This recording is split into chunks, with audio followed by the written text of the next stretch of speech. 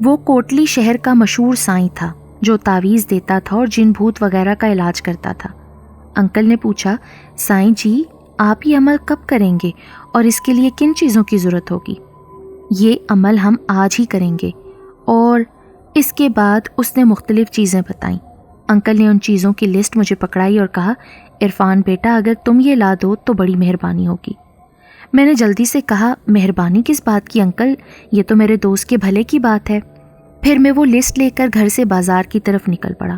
دکانیں قریب ہی تھیں، مطلوبہ چیزیں خریدتے وقت میں سوچنے لگا، آج کل کے پیر فقیر بھی نا بس ایسے ہی ہوتے ہیں، اور انکل بھی پڑھے لکھے ہونے کے باوجود اتنے توہم پرست نکلے کہ سائے کا یقین کر لیا۔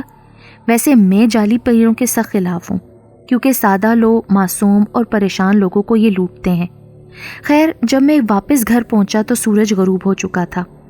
پیر سائیں اگرچہ مجھے یہ جعلی سائیں ایک نظر نہیں بھایا تھا، مگر معاملہ میرے دوست کا تھا اس لیے میں چپ تھا۔ ہاتھ میں تسبیح پکڑے چارپائی پر وہ بیٹھا تھا۔ وہ ابھی نماز سے فارغ ہوا تھا۔ میں نے تمام چیزیں اس کے قریب رکھ دیں۔ رات کا کھانا کھانے کے بعد سائیں عمل کے لیے تیار ہو گیا۔ وسیم والے کمرے سے چارپائیاں اور باقی سامان اٹھا دیا گیا، فرش پر دری بچھا دی گئی۔ اتنی دیر میں نماز عشاء کا وقت ہو گیا۔ سائیں نے پون گھنٹے میں نماز ادا کی۔ مجھے لگ رہا تھا کہ یہ بندہ اتنا پانی میں نہیں ہے جتنا یہ لوگوں کو نظر آتا ہے۔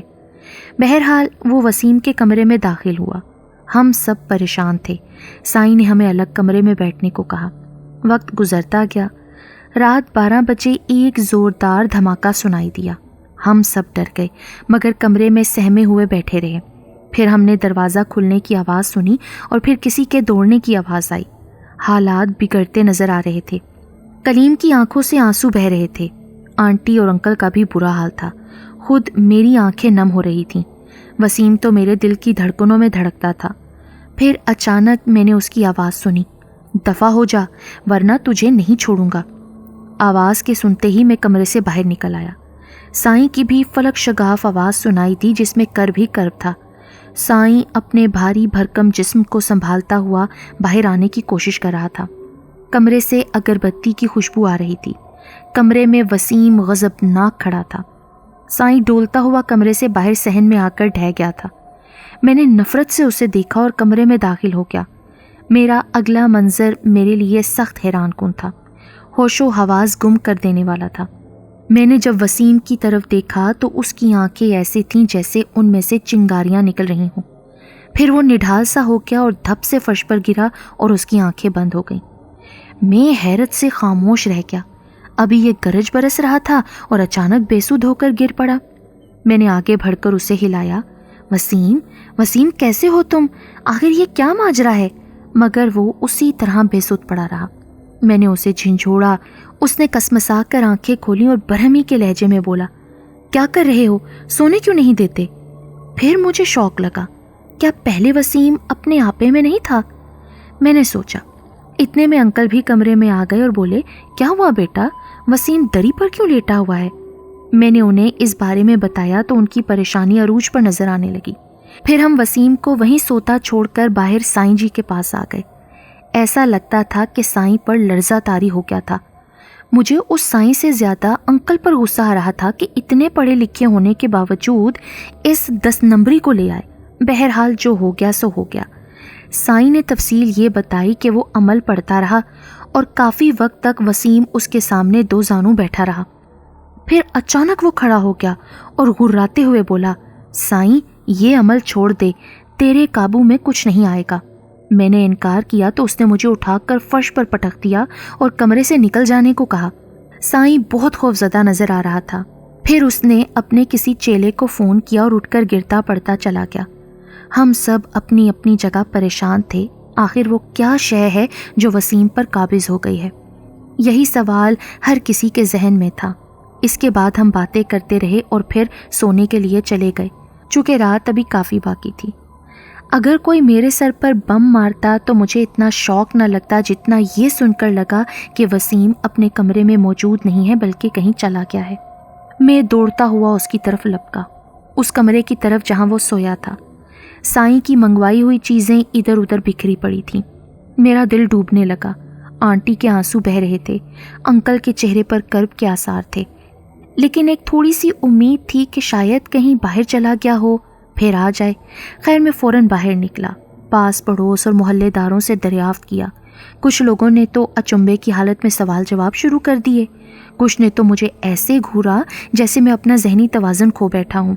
وجہ بھی معقول تھی، کیونکہ وسیم کوئی بچہ تو تھا نہیں کہ کہیں کھو گیا تھا یا کوئی اسے بہکا کر یا پھر کوئی اغوا کر کے لے گیا ہو۔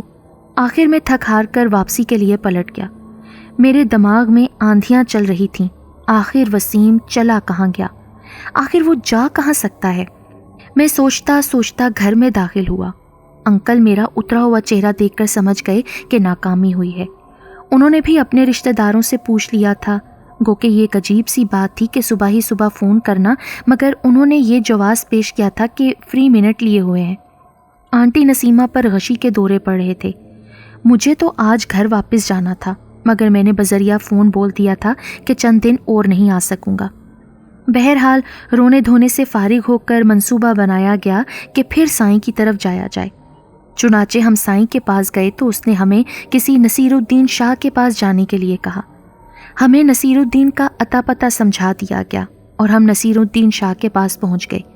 نصیر الدین شاہ کو دیکھ کر ہمیں یوں لگا کہ واقعی ہم کسی عظیم ہستی کے پاس آ گئے ہیں اور یہی ہستی ہماری مسیحائی کر سکتی ہے۔ اونچا لمبا قد، سفید لمبی داڑھی، برف کی مانند سر کے بال اور چہرے پر نور کی برسات، یہ نصیر الدین شاہ کی شخصیت تھی۔ بندہ پہلی نظر دیکھنے سے ہی متاثر ہو جاتا تھا۔ ہم نے اپنا مدعا بیان کیا تو انہوں نے کہا کل آنا، میں آج رات استخارہ کروں گا۔ دوسرے دن ہم شاہ صاحب کے پاس پہنچ گئے۔ پروفیسر صاحب، آپ کے بیٹے پر ایک جادوگرنی عاشق ہو گئی ہے۔ شاہ صاحب نے بتایا تو ہم سناٹے میں رہ گئے۔ شاہ صاحب پھر تفصیل بتاتے ہوئے بولے، ہندوستان کے جنگلوں میں ایک گاؤں ہے ناگ آباد، اس گاؤں کے لوگ جادو وغیرہ سیکھنے کے بہت شوقین ہیں۔ صرف مرد ہی نہیں بلکہ عورتیں بھی جادو کی شوقین ہیں۔ ایک لڑکی جس کا نام پدمنی ہے، اسے جادو سیکھنے کا شوق ہوا تو جادو سکھانے والے استاد نے اسے اس شرط پر جادو سکھانے کا وعدہ کیا کہ وہ جادو سیکھ کر ایک عجیب اور انوکھے شخص کو ڈھونڈے گی اور پھر دیوتا کو اس کا بلیدان دے گی۔ پدمنی نے یہ شرط قبول کر لی اور جادو سیکھنے لگی۔ استاد کا خیال تھا کہ وہ کب ایسا شخص ڈھونڈ سکے گی اور ایسا نہ کرنے کی صورت میں وہ اس سے جادوئی طاقتوں کو چھین لے گا۔ بہرحال پدمنی جادو سیکھ کر انوکھے شخص کو ڈھونڈنے کے لیے نکلی۔ پہلے وہ پڑوسی ملک کی طرف آئی، یعنی پاکستان کی طرف۔ ڈھونڈتے ڈھونڈتے اسے کوئی ایسا شخص نہ ملا جو انوکھا ہو، لیکن اس نے ہمت نہ ہاری اور کوشش جاری رکھی۔ آخر اسے وسیم احمد نظر آیا، جس کے ماتھے پر ایک انوکھا قدرتی نشان تھا۔ شاہ صاحب تفصیل بتا رہے تھے۔ انوکھے نشان کے ذکر سے میرے ذہن میں فوراً وسیم کا خوبصورت چہرہ آ گیا۔ اس کی پیشانی پر گولڈ براؤن نشان تھا۔ شاہ صاحب کی میٹھی اور پرتاثیر آواز سنائی دے رہی تھی۔ اسی نشان کی بدولت پدمنی کو وسیم انوکھا آدمی لگا، لیکن اس کو بدقسمتی کہیے یا کچھ اور کہ پدمنی وسیم پر عاشق ہو گئی۔ لیکن استاد کو بھی وسیم کے بارے میں پھر پتہ چل گیا اور پدمنی کی محبت کے بارے میں بھی پتہ چل گیا۔ اس نے پدمنی سے کہا وہ وسیم کا بلیدان اب دے، مگر پدمنی اسے اپنے دل کی دھڑکنوں میں بسا چکی تھی، وہ یہ کام کیسے کرتی؟ آخر استاد شاگرد کے درمیان رستہ کشی شروع ہو گئی۔ رات میں پدمنی وسیم کے ذہن کو اپنی جادوئی طاقتوں سے کنٹرول کرتی اور اسے اپنے پاس بلاتی۔ وسیم ٹرانس کی کیفیت میں آ جاتا اور بھاگنے کی کوشش کرتا، مگر گھر والے اسے پکڑ لیتے۔ اتنے میں استاد کو پتہ چل جاتا اور وہ پدمنی کا اثر زائل کر دیتا۔ کچھ عرصہ یہ کھیل جاری رہا۔ پھر استاد کے ذہن میں خیال آیا کہ کیوں نہ وہ خود وسیم کا بلیدان دے دے، اس سے دیوتا خوش ہو کر اس کی شکتی کو مزید بڑھا دیں گے۔ بس یہی خیال آنا تھا کہ وسیم کے اغوا کا استاد نے منصوبہ بنایا، مگر وہ ایسا اتنی جلدی نہیں کر سکتا تھا کیونکہ وسیم کے والدین نمازی ہیں۔ وہ موقع کی طاق میں رہا، آخر اسے یہ موقع بھی مل گیا۔ سائیں جی نے اپنی طاقت سے بڑھ کر کام کیا اور استاد کو موقع مل گیا۔ وہ اپنی جادوئی طاقتوں کے بل بوتے پر وسیم کو لے کر رفو چکر ہو گیا۔ شاہ صاحب اتنا بتا کر خاموش ہو گئے۔ بہت عجیب و غریب داستان تھی پدمنی کی۔ پھر میں نے پوچھا، شاہ صاحب کیا پدمنی کو پتا ہوگا کہ وسیم اس وقت کہاں ہے؟ ہاں، وہ تو وسیم کے لیے پاگل ہو رہی ہے، مگر اس میں اتنی طاقت نہیں ہے کہ وہ استاد سے ٹکر لے سکے۔ تو اس وقت پدمنی کہاں ہوگی؟ انکل نے پھر پوچھا۔ شاہ صاحب کے چہرے پر مسکراہٹ دوڑ گئی۔ کیا آپ اسے دیکھنا چاہتے ہیں پروفیسر صاحب؟ میں اور پروفیسر صاحب دونوں حیران رہ گئے۔ کیا آپ اس سے مل چکے ہیں؟ ہاں، میں مل چکا ہوں۔ اگر آپ اس سے مل چکے ہیں تو یقیناً اس نے یہ تو بتایا ہوگا نا کہ وسیم کو کہاں رکھا گیا ہے۔ پلیز بتائیں نا، ہم بہت پریشان ہیں۔ شاہ صاحب نے پھر ہماری ملاقات پدمنی سے بھی کرائی۔ جی ہاں، وہی پدمنی جو وسیم پر عاشق ہو چکی تھی، اور یہ حالات پیش آئے تھے۔ پدمنی 25 سال کی حسین لڑکی تھی۔ اس کی آنکھیں سوجی ہوئی تھیں۔ ہمیں بعد میں پتہ چلا کہ پدمنی جادو سیکھنے کی وجہ سے کچھ بد شکل ہو گئی تھی۔ اس کا یہ جو روپ ہم دیکھ رہے ہیں یہ مصنوعی ہے، جادوئی طاقتوں کا مرہون منت ہے۔ شاہ صاحب نے کہا، یہ پدمنی ہے، میں نے اسے بلا لیا ہے، اب یہ مدد کرے گی۔ استاد چاند کی 14ویں شب وسیم کو دیوتا کے چرنوں میں قربان کرے گا۔ صرف 7 دن رہتے ہیں، اگر ان دنوں میں وسیم کو بچا لیا گیا تو ٹھیک ہے، ورنہ… اور پھر شاہ صاحب خاموش ہو گئے۔ شاہ صاحب، ہم وسیم کو کیسے بچا سکتے ہیں، اور اس کے لیے کون آگے بڑھے گا؟ میرا مطلب ہے میں یا انکل؟ صرف تمہارے ساتھ پدمنی ہوگی۔ پہلے تمہیں استاد کے ٹھکانے کا پتہ لگانا ہوگا، اس کے لیے پدمنی تمہاری مدد کرے گی۔ میں اللہ سے دعا کروں گا کہ اللہ تمہیں تمہارے نیک مقصد میں کامیاب کرے۔ چاند کی 14ویں رات کے لیے صرف 5 دن رہتے تھے۔ میں پدمنی کے قبیلے میں موجود تھا۔ ہم قانونی طور پر ہندوستان گئے۔ ویزا کیسے ملا، دیگر انتظامات کیسے ہوئے، یہ سب پروفیسر انکل کے ایک فوجی دوست کرنل اعظم علی کی وجہ سے ہوا تھا۔ بہرحال پدمنی کو ایک عمل کرنا تھا جس کے نتیجے میں پتہ چل جاتا کہ وسیم کہاں ہے۔ وہ عمل میں مصروف ہو گئی۔ دوسری آدھی رات کے وقت پدمنی مجھ سے ملنے اور عمل میں کامیابی کے بعد آنے کا کہہ کر چلی گئی۔ رہائش اور کھانے پینے کے سارے انتظامات شاہ صاحب اور پدمنی کی وجہ سے بہت آسان ہو گئے تھے۔ ساتھ ہی ساتھ یہ بھی تھا کہ کوئی مجھ پر نظر نہیں ڈالتا تھا، حالانکہ میں اس جگہ اور اس قبیلے میں اجنبی تھا۔ ہندوستان کے اس قبیلے میں آئے ہوئے مجھے 2 روز گزر چکے تھے۔ میں نے قبیلے کو دیکھ لیا تھا۔ یہاں ایک بڑا مندر تھا اور استاد اس مندر کا سب سے بڑا پجاری تھا۔ تمام لوگ اس کی عزت کرتے تھے۔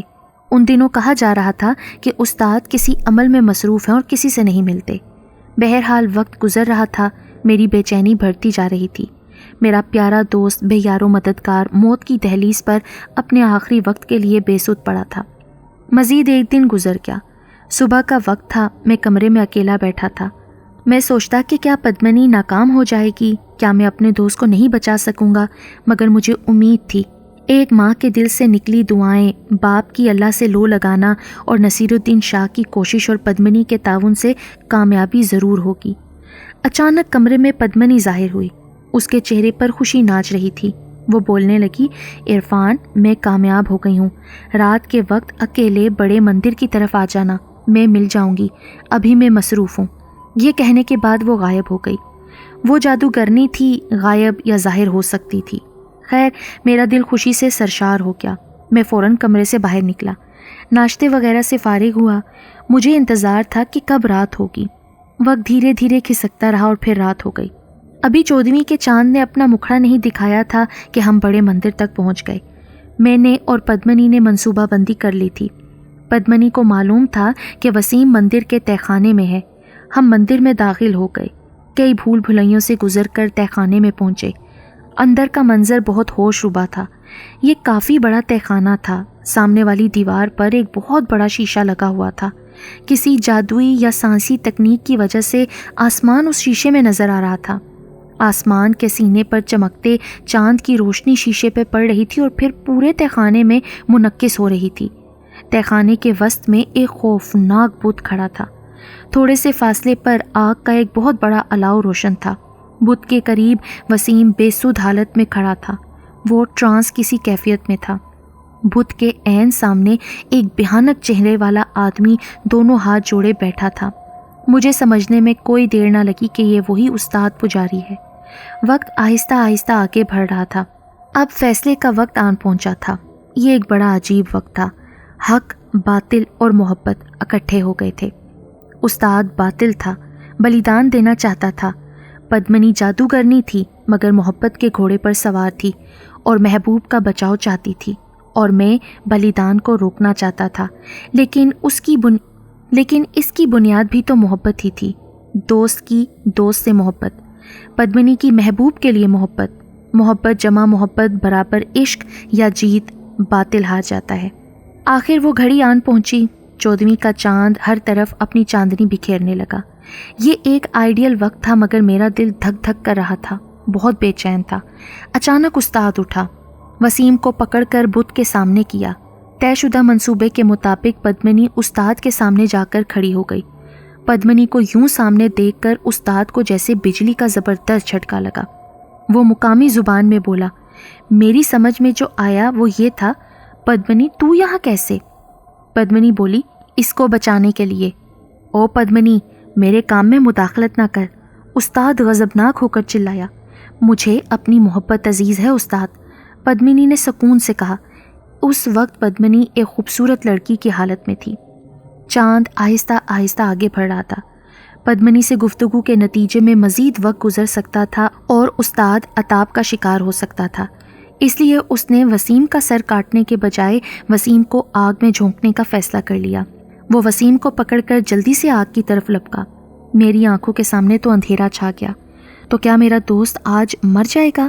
میں نے سوچا۔ اچانک مجھے لگا کہ تہہ خانے میں ہلچل سی ہونے لگی ہے۔ میں نے آنکھیں کھولیں اور ناقابل یقین منظر دیکھا۔ مجھے یوں لگا کہ حق اور باطل میں حق کی فتح کا کلیہ کارگر ہو رہا ہے۔ وہ منظر تھا جب استاد وسیم کو آگ کی طرف لے جا رہا تھا تو پدمنی تیزی سے آگے آئی۔ پدمنی اس پوزیشن میں تھی کہ جب وہ تیزی سے آگے آئی تو وسیم سے ٹکرائی۔ وسیم آگ کے قریب دائیں طرف گر گیا، جبکہ اس کو آگ کی طرف دھکیلتا ہوا استاد اپنے ہی زور سے پدمنی کو لیتا ہوا آگ میں گر گیا۔ پدمنی نے استاد کو زبردست طریقے سے اپنے ہاتھوں میں جکڑ رکھا تھا۔ محبت نے قربانی مانگی اور پدمنی نے دے دی۔ میں حیرت زدہ کھڑا تھا۔ پدمنی چلائی، عرفان جلدی سے بھاگو، وسیم کو لو، میں نے محبت کی قربانی دے دی ہے، اب تمہارے راستے میں کوئی رکاوٹ نہیں ہے۔ مجھے جیسے ہوش آ گیا۔ میں نے فرش پر پڑے ہوئے وسیم کو اٹھایا اور باہر کی طرف لپکا۔ تہہ خانے میں گوشت کے جلنے کی بو پھیل رہی تھی۔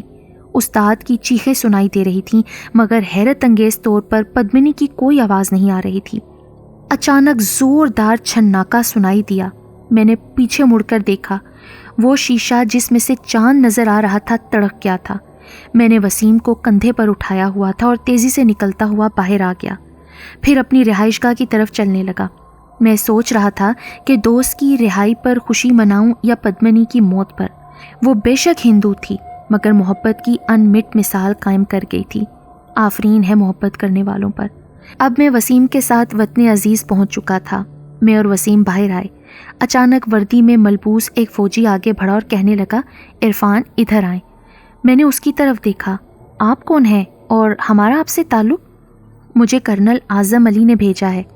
اوہ اچھا، میں نے کہا اور ان کے ساتھ چل پڑا۔ میں نے وسیم کو سہارا دے رکھا تھا اور ابھی وہ شوق کی کیفیت میں تھا۔ میں نے اسے سارے واقعات سنا دیے تھے۔ ہم ایک فوجی جیپ میں بیٹھ گئے اور گھر کی طرف روانہ ہوئے۔ ہماری جیپ وسیم کے گھر کے قریب پہنچی تو میں حیران رہ گیا۔ کئی لوگ اس جگہ کھڑے تھے۔ جو ہی ایک فوجی آگے بڑھا اور دروازہ کھولا، میں وسیم کے ساتھ نیچے اترا۔ اچانک اندر سے پروفیسر انکل، آنٹی نسیمہ، میرے اپنے ماں باپ، خالو اور ایک فوجی آفیسر نظر آئے۔ فوجی آفیسر یقیناً کرنل اعظم علی تھے، کیونکہ ان کو دیکھ کر فوجی نے سلوٹ کیا تھا اور اس کے علاوہ ان کے بیج پر بھی اعظم علی لکھا ہوا تھا۔ خیر، کرنل صاحب کے ہاتھ میں ایک ہار تھا اور انہوں نے وہ بڑھ کر ہار میرے گلے میں ڈالا اور بولے، ویل ڈن میرے شیر دل بیٹے، تم جیسے بیٹوں کی ہمیں ضرورت ہے۔ پروفیسر انکل پرنم آنکھوں سے میرے گلے سے لگ گئے۔ اس کے بعد میرے ابا جان نے مجھے گلے لگایا، والدہ نے بلائیں لیں۔ پھر میں وسیم کے ساتھ اندر داخل ہوا تو حیران رہ گیا۔ اندر نصیر الدین شاہ موجود تھے۔ میں نے انہیں عقیدت سے سلام کیا، ان کے ہاتھ پر بوسہ دیا۔ وہ کہنے لگے، شاباش بیٹا، تمہاری نیت سچی تھی، اللہ نے تمہیں کامیابی دی۔ اپنی تعریفیں سن کر مجھے یوں لگا کہ میں کسی کا حق چھین رہا ہوں، اور وہ تھی پدمنی۔ اسی نے محبت کی قربانی دے کر ہمیں کامیاب کیا تھا۔ شاہ صاحب کے قریب 2 لڑکیاں بیٹھی ہوئی تھیں۔ ایک کافی گلابی، شہابی اور سمارٹ سی تھی، جبکہ دوسری معصوم سی تھی۔ کسی اندرونی خوشی کی وجہ سے اس کا چہرہ دمک رہا تھا، لیکن حیا کی سرخی بھی چھائی ہوئی تھی۔ وسیم کو شاہ صاحب کے پاس لایا گیا۔ انہوں نے اس پر دستے شفقت پھیرا۔ وسیم کی آنکھوں سے آنسو نکل گئے۔ پھر وہ رو پڑا، اتنا رویا کہ ساری فضا سوگوار ہو گئی۔ یہاں میں نے ایک بات نوٹ کی تھی کہ جو اسمارٹ سی لڑکی تھی وہ غور سے میری طرف دیکھ رہی تھی۔ میں جب بھی اس کی طرف دیکھتا وہ آنکھوں سے اشارے کرتی۔ بہت بے باک لڑکی ہے، میں نے سوچا۔ خیر تھوڑی دیر بعد شاہ صاحب دعائیں دیتے ہوئے رخصت ہو گئے۔ شام کا وقت تھا، میں اور وسیم اکیلے بیٹھے تھے۔ کرنل صاحب موجود تھے۔ میرے والدین اور خالو، پروفیسر انکل اور آنٹی باہر بیٹھے گفتگو کر رہے تھے۔ وسیم بولا، عرفان تمہارا بہت بہت شکریہ۔ میں نے اس کی طرف انگلی سے اشارہ کرتے ہوئے کہا، اگر اس سے آگے بولے نا اور کسی اور موقع پر ایسی گفتگو کی تو تمہاری زبان کھینچ لوں گا۔ وہ خاموش ہو گیا۔ ہم موجودہ حالات پر بحث کرنے لگے۔ اچانک مجھے خیال آیا، یار وسیم، شاہ صاحب کے پاس 2 لڑکیاں بیٹھی ہوئی تھیں، وہ کون ہے؟ وہ ہنس پڑا۔ میں نے کہا کہ اس میں ہنسنے والی کیا بات ہے؟ وہ جو معصوم سی لڑکی ہے نا، وہ تمہاری مستقبل قریب کی بھابھی ہے۔ بھابھی؟ میں نے حیرت اور خوشی سے بولا، یعنی وہ تمہاری منگیتر ہے؟ بہت بہت مبارکباد اتنی سادہ اور معصوم بیوی ملنے پر۔ اور وہ جو دوسری ہے نا، وہ کرنل صاحب کی بیٹی روشنا ہے۔ میں نے ہاں میں سر ہلایا۔ اچانک وسیم شرارت سے بولا، ہو سکتا ہے وہ میری بھابھی کے عہدے پر فائز ہو جائے۔ میں نے تکیہ اٹھا کر اس کے سر پر دے مارا۔ کچھ تو شرم کر یار۔ اصل میں بنیادی طور پر لڑکیوں اور شادی کی باتوں سے شرمانے والا انسان تھا، لیکن بعض اوقات منہ سے نکلی بات بھی پوری ہو جاتی ہے۔ اچانک میری امی اور آنٹی اندر داخل ہوئیں۔ امی جان نے میرا ماتھا چوما، پھر آنٹی نے بھی۔ میں نے حیرت سے پوچھا، کیا بات ہے بھائی؟ یہی سوال وسیم نے بھی کیا۔ آنٹی نے وسیم کو جواب دیا، روشنا تمہاری بھابھی بنے گی۔ وسیم نے خوش دلی سے کہکا لگایا، تو نے مجھے تکیہ مارا تھا نا، بدلے میں ماں نے تیرے سر پر روشنا کو دے مارا۔ امی اور آنٹی ہنستی ہوئی باہر چلی گئیں۔ پھر ہم باہر آئے، ادھر مٹھائیاں تقسیم ہو رہی تھیں۔ کرنل صاحب نے مجھے گلے لگایا اور بولے، بیٹا تعلیم سے فارغ ہو کر تم آرمی میں آؤ گے اور روشنا کا ہاتھ تمہارے ہاتھ میں دے دیا جائے گا۔ میں نے چور نظروں سے روشنا کو دیکھا، وہ شرم سے گلنار ہو رہی تھی۔ وہ شام خوشیوں بھری تھی، فضا میں خوشیاں رقص کر رہی تھیں، دل میں شادیانے بج رہے تھے، مگر یہ سب ایک ہندو لڑکی، جادوگرنی اور سب سے بڑھ کر لافانی جذبہ محبت کی شاہکار کے اس جملے کی بدولت تھا، اور وہ یہ تھا، میں نے محبت کی قربانی دے دی، اب تمہاری راہ کی رکاوٹیں دور ہو جائیں گی۔